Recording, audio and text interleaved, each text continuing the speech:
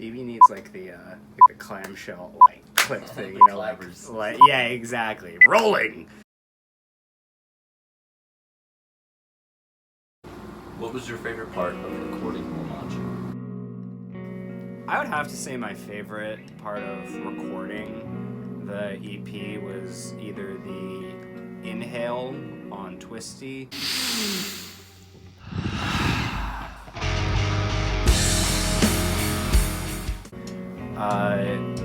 Or the kind of breakdown where we're all playing nonsense stuff on Twisty.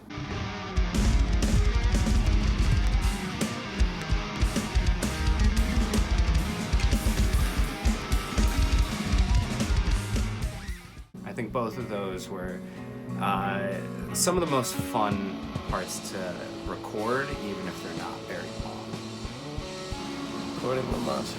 My favorite part of every record is always writing the record, for sure.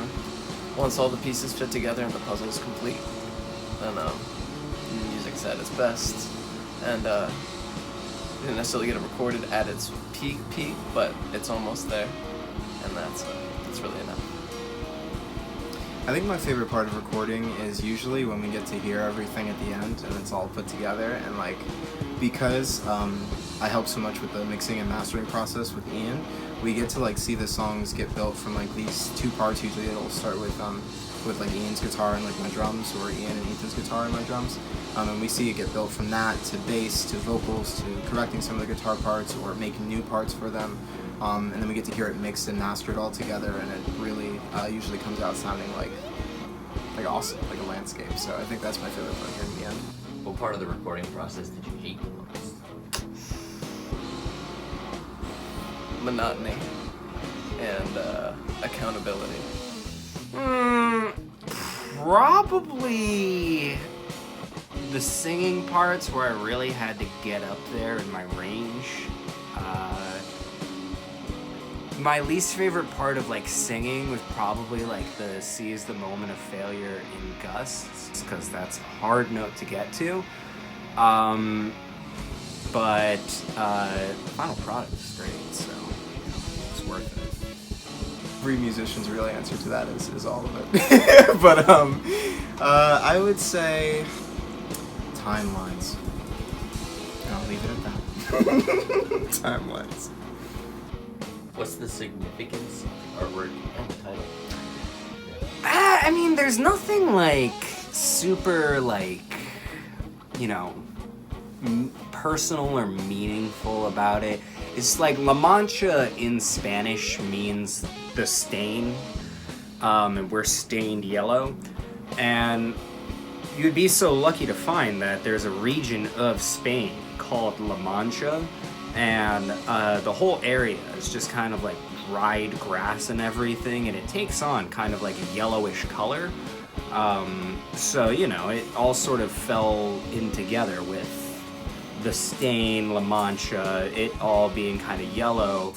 And the album artwork actually isn't, you know, that far off of seeing, you know, what a sunset, you know, in that region kind of looks like. You know, it's a little surrealist and impressionistic and everything, but at least the colors that are there, I'll kind of check out and everything. I think Ethan covered most of that. The only thing I really wanted to add was that the piece was heavily inspired by Cypress Trees, which is a painting by Van Gogh, and I also wanted to just plug the artist who does most of the art for this band, Rain. I think it's mx.velo. I'll have the link in the description on Instagram, but you should check out their art if you ever want band art done or anything else. Shout out Rain! Hell yeah. Specifically on songs like Bordeaux, there's a part where we're like kind of going into what could be considered the chorus, and I'm playing on the jam block, and I really like what I was able to do there. I've played that song with the jam block part long before I ever like really played that part specifically to a metronome, and then hearing what it sounded like on top of metronome was really cool to see what I had done.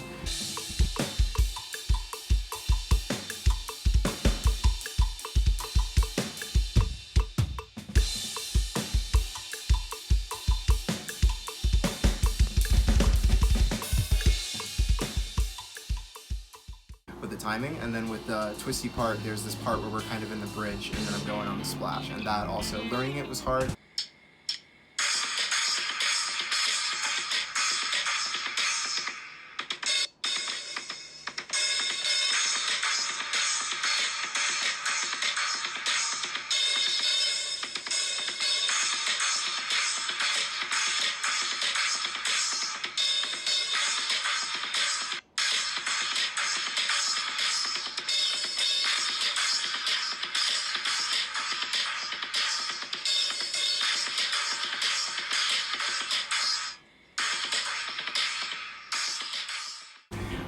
But like being able to play it now, it's really cool.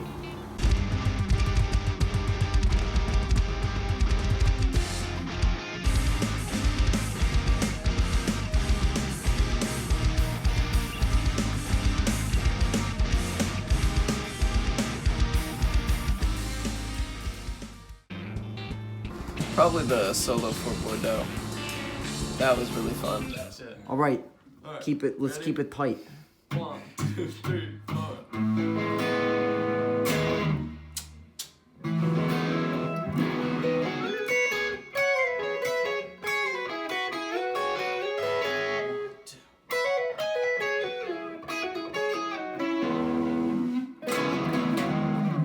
It was kind of basic shit because I was just mimicking 275 solo we did before.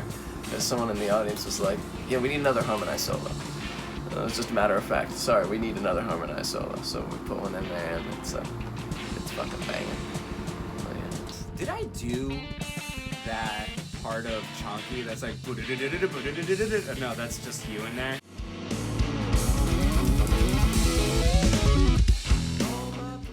Yeah, I can't say that. Shout out Amen to Ian Yeah, let me Carries say- this album on his fucking back. Let's go. Let me say, because that shit is fun to play when you nail it. It's like, whoa!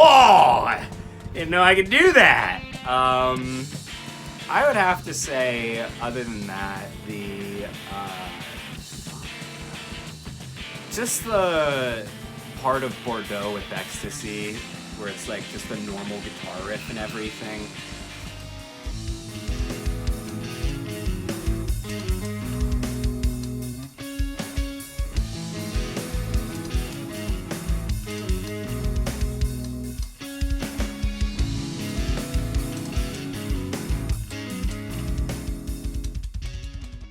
I think that riff just goes so hard that every time I play it, I have a lot of fun with it. What was your favorite thing you did vocally?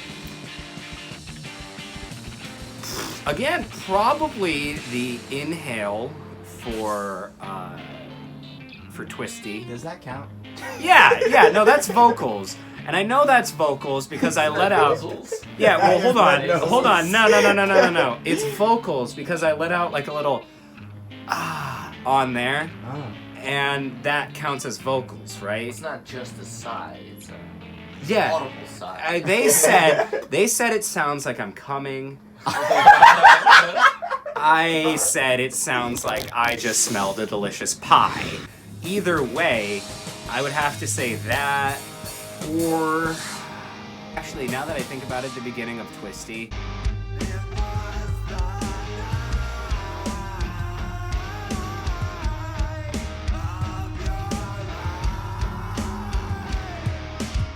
That was a lot of fun. I got to open up the turbos, if you get what I mean. Really give my chest voice a bit of a workout and everything, which is good. I haven't got to do that in a while, so it was like, I don't know, it's a good time. So I didn't do a lot vocally on this album in terms of actual performance. I was more of like lyrics and I helped a little bit with placement. But vocally, the part where in Gus there's a second verse where we're going forever ago. That's like one of my favorite parts. Me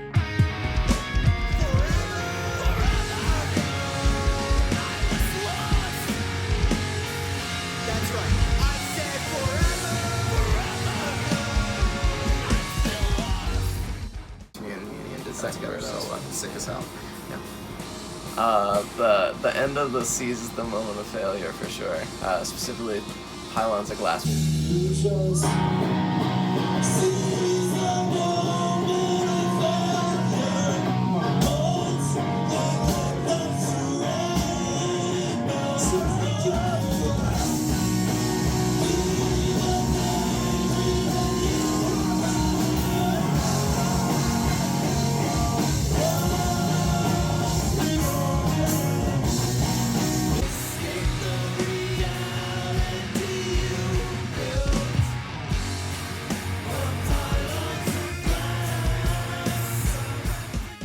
What's your favorite lyric? Oh yeah, the lyric "Pylons of glass." That's a good one. Just where the that line. came. Just the line. Slaps. In context, is much better, but the line's good. The line's good itself. You want to tell us a little bit about the context of what helped you write that lyric or what it means? Absolutely. People gotta remember, from time to time that life's a bit of facade, It moves by, it's like a movie, we each live our own movie, it's okay. You can step out and observe, step back into your own. You don't have to view your movie all the time, but when you see someone whose movie is a little unstable, maybe it's time to get out of it, and you gotta seize it. You gotta seize it when it's at its worst. Probably the seize the moment of failure, molt, and let the charade melt away. That whole section right there, I'm a really big fan of. Which is funny because in Chonky I wrote lyrics for like the rest of the song, except that part right there. Again, shout out Ian Ackerman for that. I have to say, that one, it's a bitch to perform.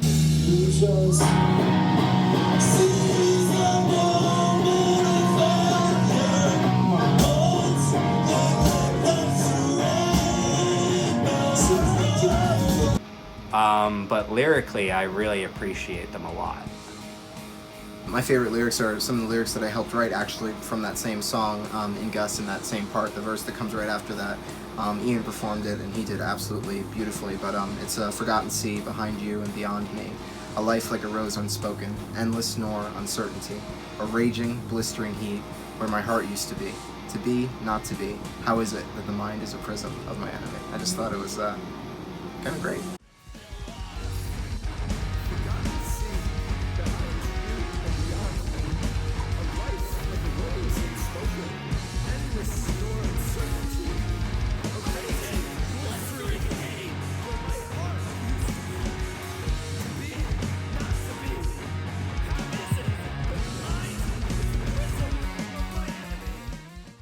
And it was performed beautifully, so that's my favorite part. What's your favorite song? It would definitely have to be a three-way tie between Twisty, because it's the most like kind of math rock and party song, Gus, because it's just fantastic, and then the bonus track Liar. I really like that song. I think Chonky is my favorite song musically.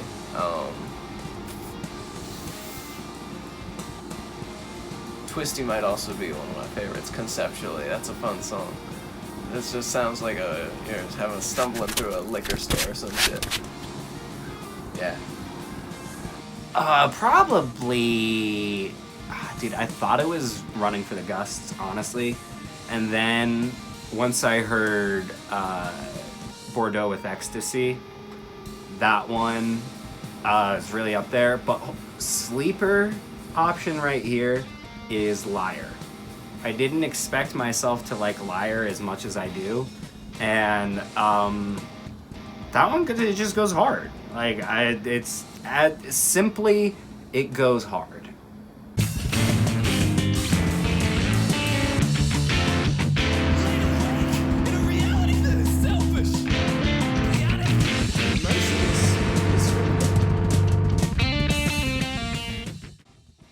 What does this album mean for the band's sound and musical progression going forward?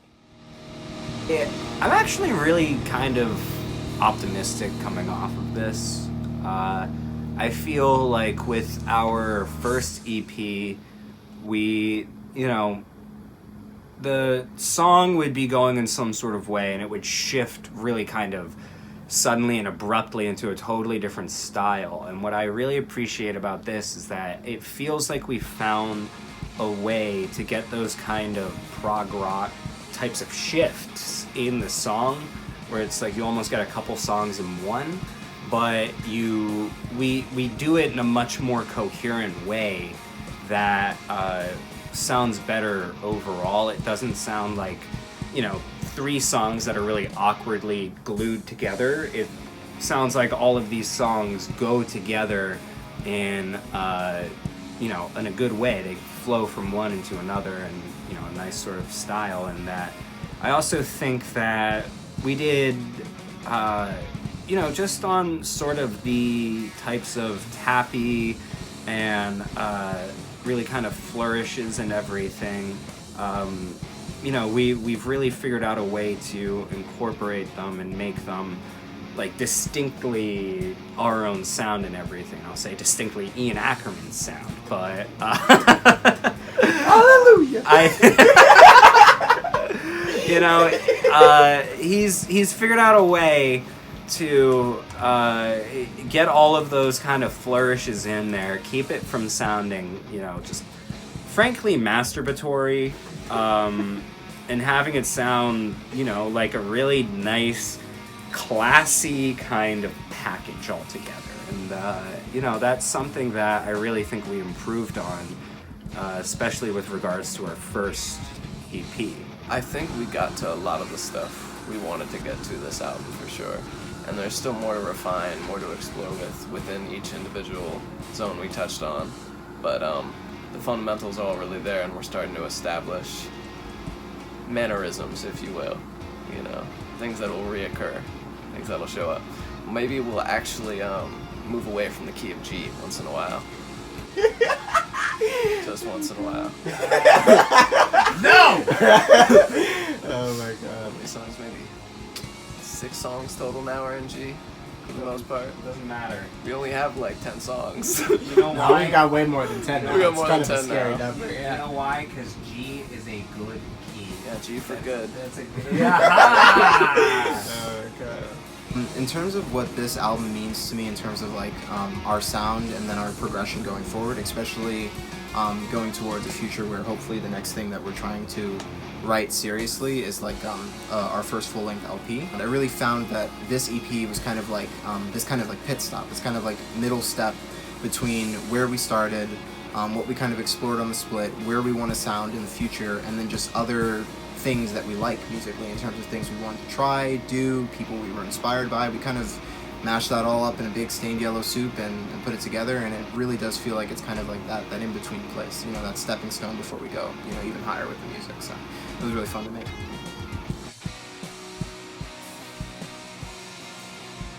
Gotta be nobody, yeah. Gotta be nobody, you know, big short song. I would say that I'm most excited to play either Running for the Gusts or Twisty. The song I'm most excited to play live is Liar.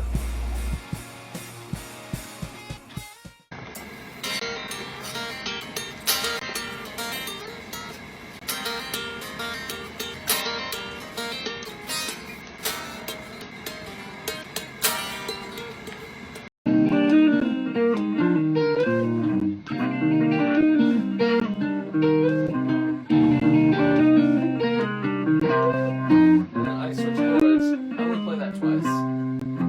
Play it twice.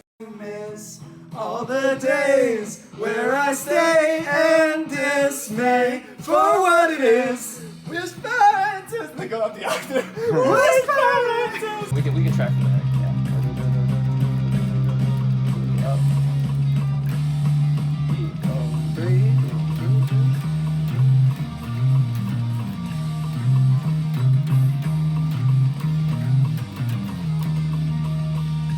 Oh, it still goes.